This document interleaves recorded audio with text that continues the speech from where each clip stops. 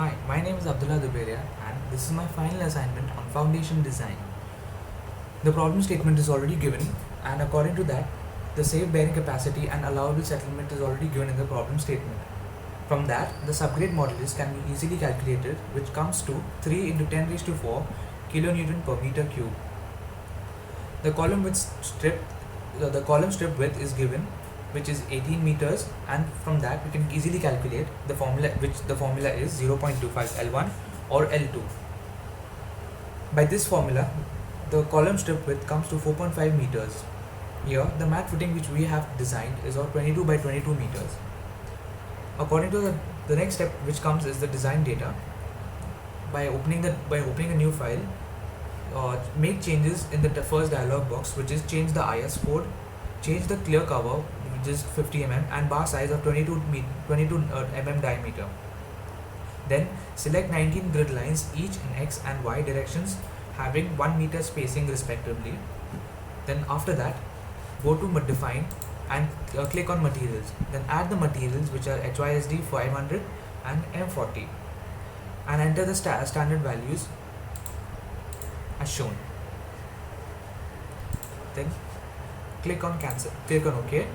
Then again go to define, click on slab properties and define the slab define the mat footing as shown.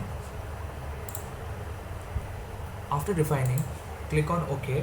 Then again go to define and add the column in the define menu, add the column properties. Add two columns of size 500 and 600 mm each. Here the material is M40.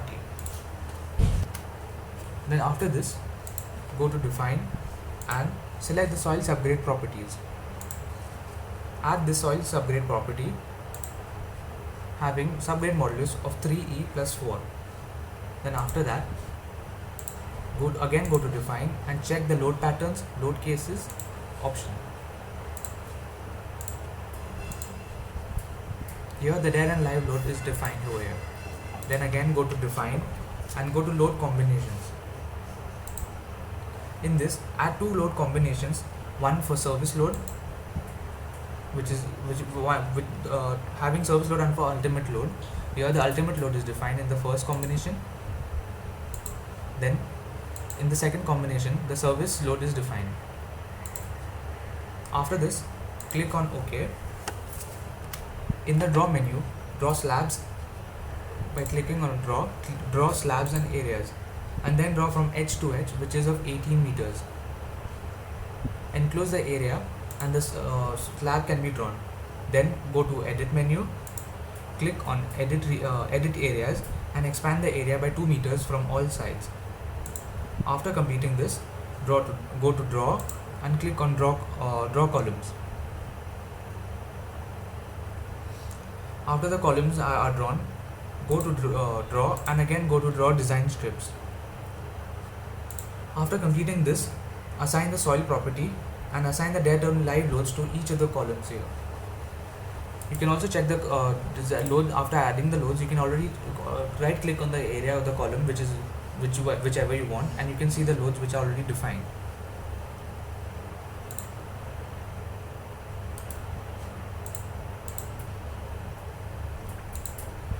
Then after assigning the dead loads and the live loads, assign the rebar materials of HYSD to the footing by right clicking on the center of the footing.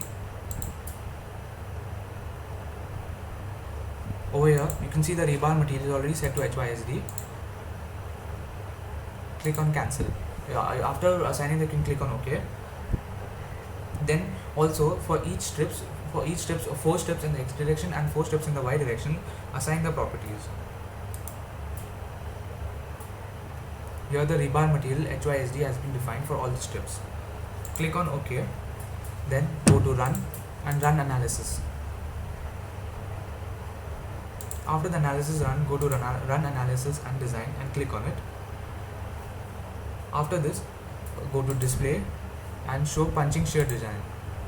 Here the punching shear design is less than 1. If the if the values exceed 1, change the thickness of the column and check the values again. Do this until the ratio comes to be less than 1. Then you can see that you can go to detailing menu and see in the drawing components option, you can see the slab views and individual slab views, bill of quantities, the rebar schedule, and the rebar table over here. So similarly, you can toggle between this model explorer and see the various functions. This is how our assignment was completed. Thank you.